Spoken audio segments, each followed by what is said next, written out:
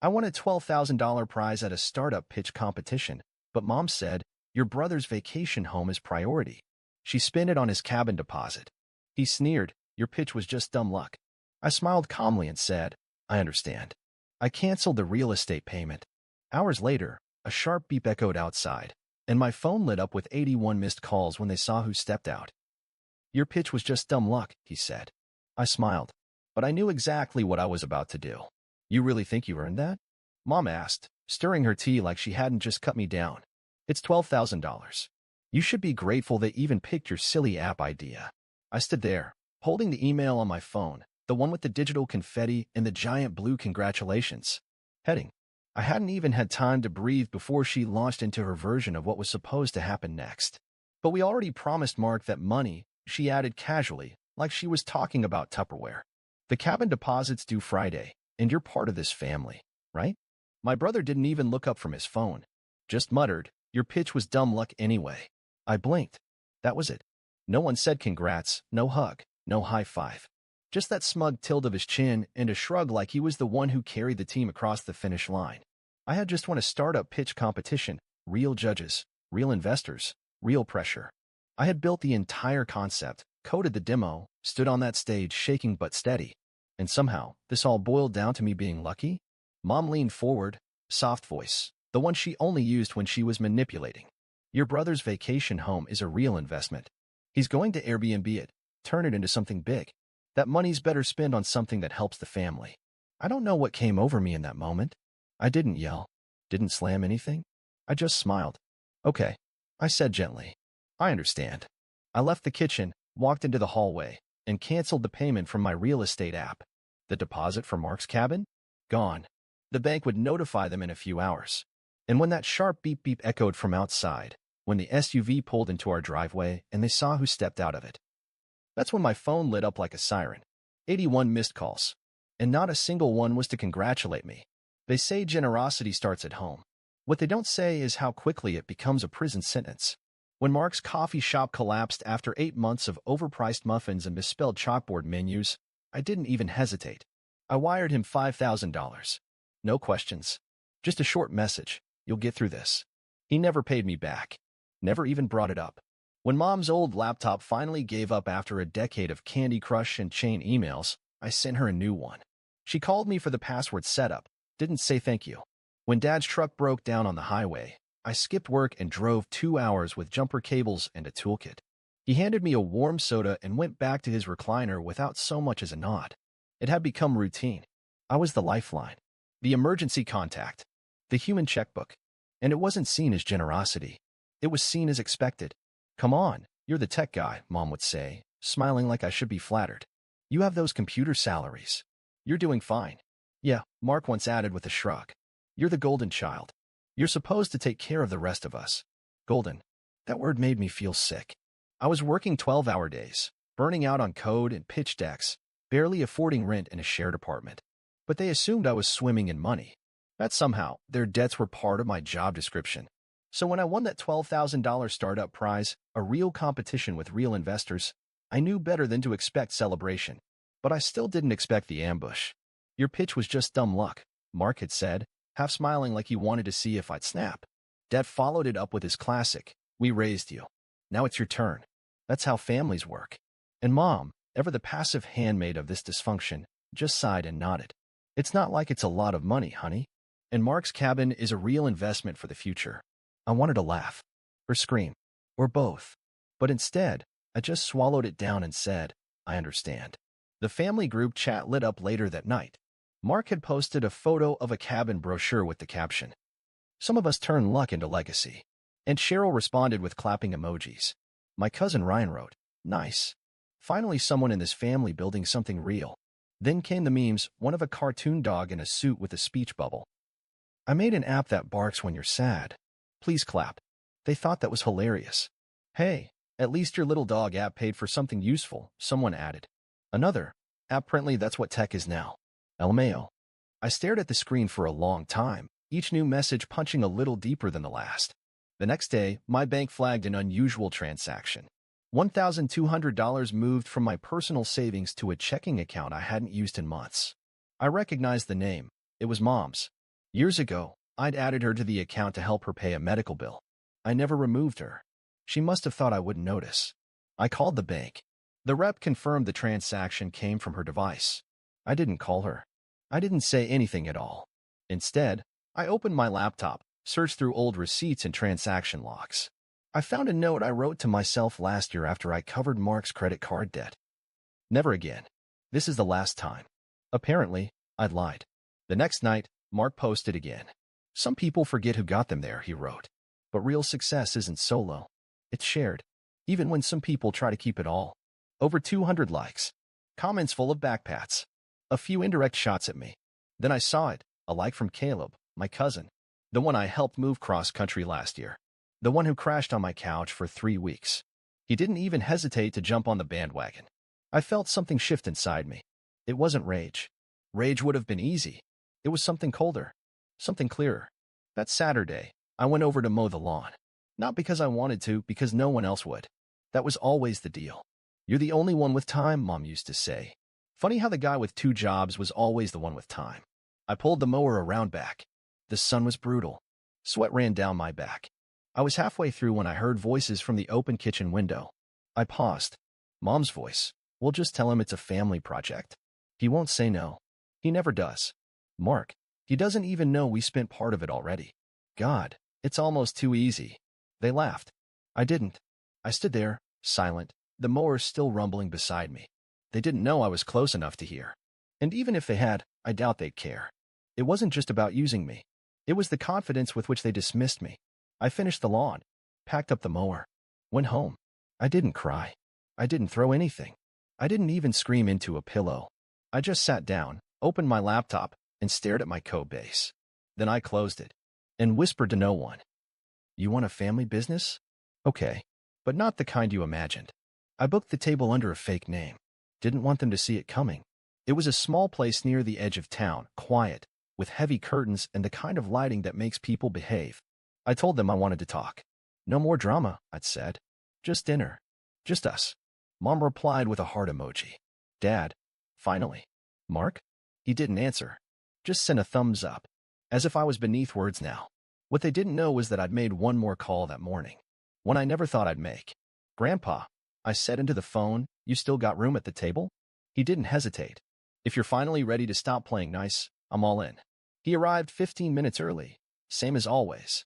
Same worn leather coat. Same silent nod. But this time he brought a flash drive. You said you wanted help, he muttered. So I brought receipts. At 7:04 p.m., they walked in. Mom, smiling like a diplomat. Dad, stone-faced like a loan officer. Mark, in a blazer way too expensive for someone with no known income. They slid into the booth across from me without even looking around. Mark smirked. Did you want to apologize first, or should we pretend you didn't overreact like a child? I didn't look at him. I placed the Bluetooth speaker on the table, pressed play. The audio was scratchy, it had been recorded from outside, but it was clear enough. Mom's voice. We'll just tell him it's a family project? He won't say no.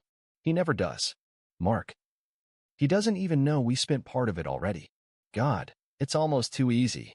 Silence at the table. Real silence. The kind that makes waiters stay away. Then Mom said, voice shaking, that was taken out of context. Oh, really? I pulled a printout from my folder. Because the bank didn't think so.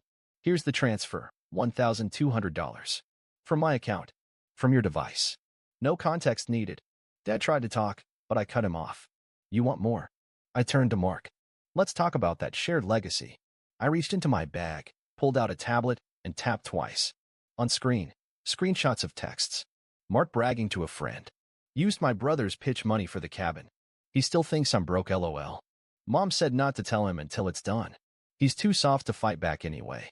Mark's smirk cracked. That's fake. I raised an eyebrow. That's your number. I backed it up from your old iCloud. You never changed your login. Still, password 123, like a genius. Mom grabbed the tablet. Read. Froze. I wasn't done. I stood slowly, looked each of them in the eye. You've used me for years. Money. Time. Silence. You convinced yourselves that because I didn't fight back, I didn't notice.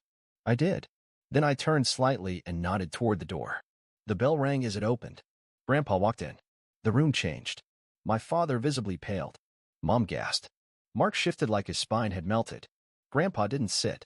He stood behind me, arms crossed, and said loud enough for the other tables to hear. I raised a son who turned lies into a career. I see now I should have paid more attention to my grandson. Then he leaned closer to my father. You always thought you were the smart one, didn't you? Faking, scheming, lying. You think the world owes you because you can bluff a room. But you never learned the one rule that matters. Dad didn't speak. Grandpa finished it for him. You don't steal from your own blood. Not when that blood finally learns how to bleed you back. He dropped the flash drive onto the table. It slid and tapped Mark's untouched water glass. Inside? Records. Cabin deposit. Tax evasion. Loan scams. You used your son's name on a PayPal business account 3 years ago. He never consented, but I saved the docs. You know why? Mark was staring at the floor now. Grandpa glared at him. Because I knew this day would come. Then I pulled out my final card. Here's what's going to happen, I said, voice steady. I'm cutting all ties. I've already filed a fraud report for the stolen funds. The joint accounts are frozen. Any further transactions will trigger legal action. Mom opened her mouth. I raised a hand. Don't. You already made your choice. This time, so did I. I turned to Mark. He looked like a cartoon villain caught in HD. Your little cabin? You'll pay for it yourself now. Good luck running an Airbnb with no water access. I canceled the permit this morning. The land is under investigation. His mouth opened, but nothing came out. Then I turned to Dad. Your reputation? You might want to keep your phone nearby. A few of your old partners got a copy of that flash drive already. He looked ready to explode. And then I looked at Mom. You called this a family business, I said. But I was never part of the boardroom. Just the ATM in the hallway. I grabbed my coat, nodded to Grandpa, and said calmly, I'm done. And I left. I didn't slam the door. Didn't look back. But I heard it. Chairs scraping, raised voices, a glass breaking.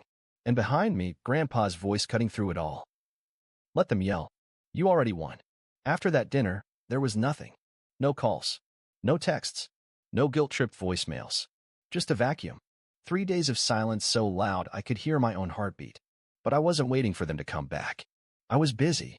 I opened a blank document and titled it. This is what family investment sometimes looks like. Then I started adding the files. Screenshot of the $1,200 transfer. Audio recording from the kitchen. The text Mark sent bragging about spending my prize money. The statement from the bank flagging the unauthorized transaction. A photo of the canceled cabin invoice, complete with red, declined stamp. My message history with Mom, the ones where she asked for a little help, but never said thank you. I didn't embellish. I didn't rant. I just told the truth. And then I hit publish.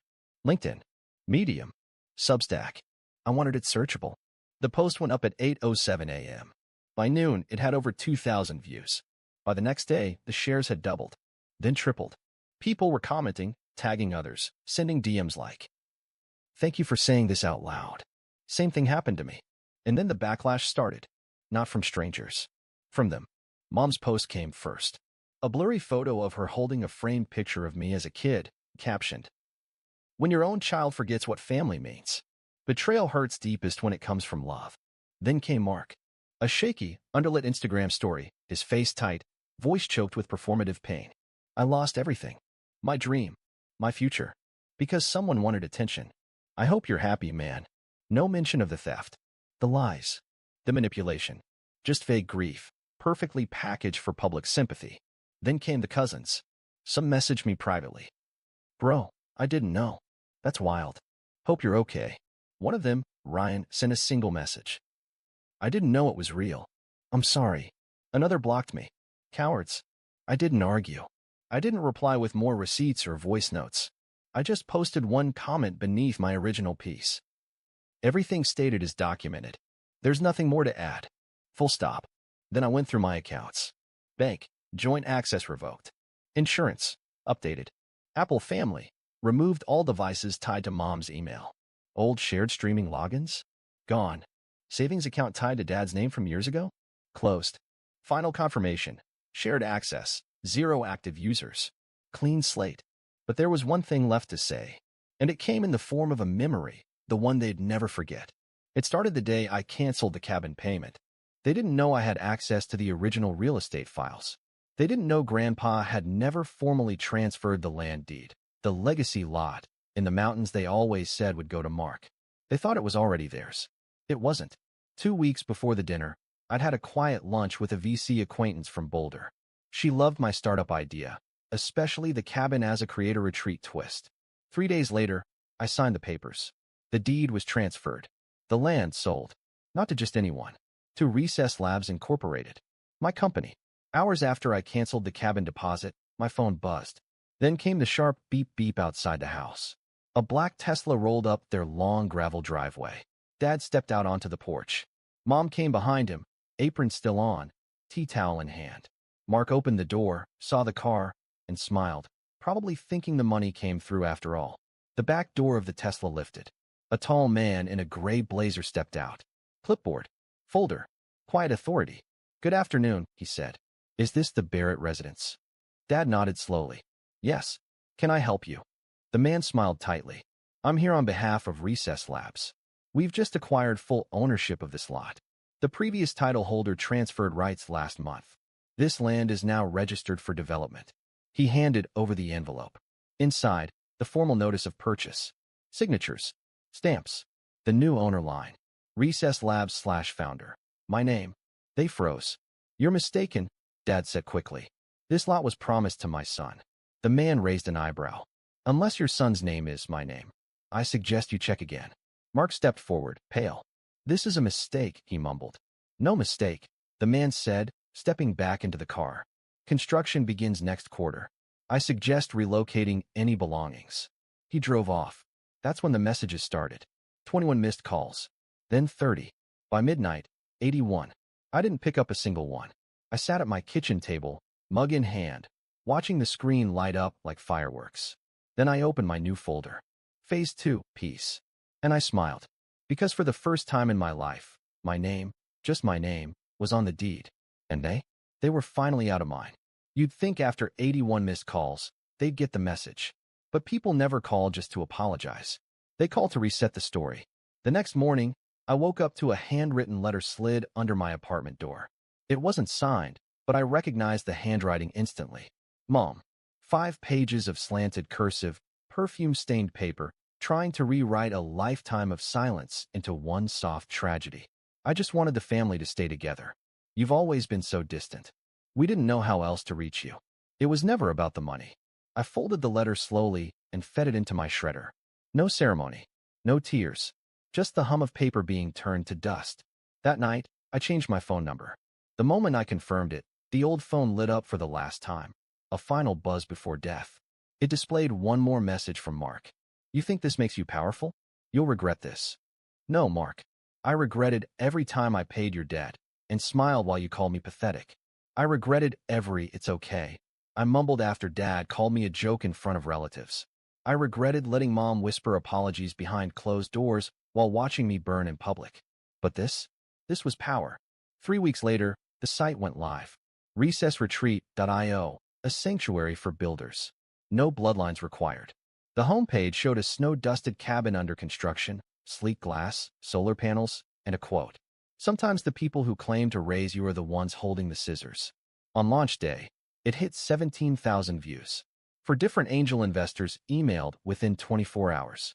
One VC firm called it the Airbnb of mental recovery for creators. I didn't respond right away. I heard through a mutual friend that Dad tried to report the land transfer as fraud. He showed up at the county clerk's office with a folder of old documents and a mouth full of entitlement. They told him politely that the land had never been his. Never legally. Never morally. Grandpa had made sure of that. And now, legally, it was mine. And morally? Let's just say I was finally at peace with what peace really looks like. Mark vanished off social media for a while, then reappeared in a blurry IG story, renting an apartment with mountain vibes in the caption. No cabin, no startup, no family fortune, just filtered selfies and forced positivity. Mom tried once more. A short message from an unknown number. "If you ever want to talk, I'll always be your mother." I stared at it for a moment, then archived the message and blocked the sender. I already had a mother, the one I imagined she could be. This version, just a stranger with my childhood in her mouth. And Dad, he never reached out again. Maybe he realized this wasn't one of those messes I'd clean up. Maybe he finally saw what happened when the family disappointment stopped showing up. Last I heard, he tried pitching his own Family Redemption podcast. It had 3 episodes and 12 listeners. One of them was probably him. As for me, I still work late, still debug code, still wake up some mornings wondering if I overreacted. And then I sip my coffee, look at the deed with my name on it, and remember, I didn't overreact. I finally reacted. For the first time in years, I don't owe anyone anything. No more emergency wires. No more guilt-fed group chats. No more family doesn't keep score lies. No, I keep the score. And I keep the keys.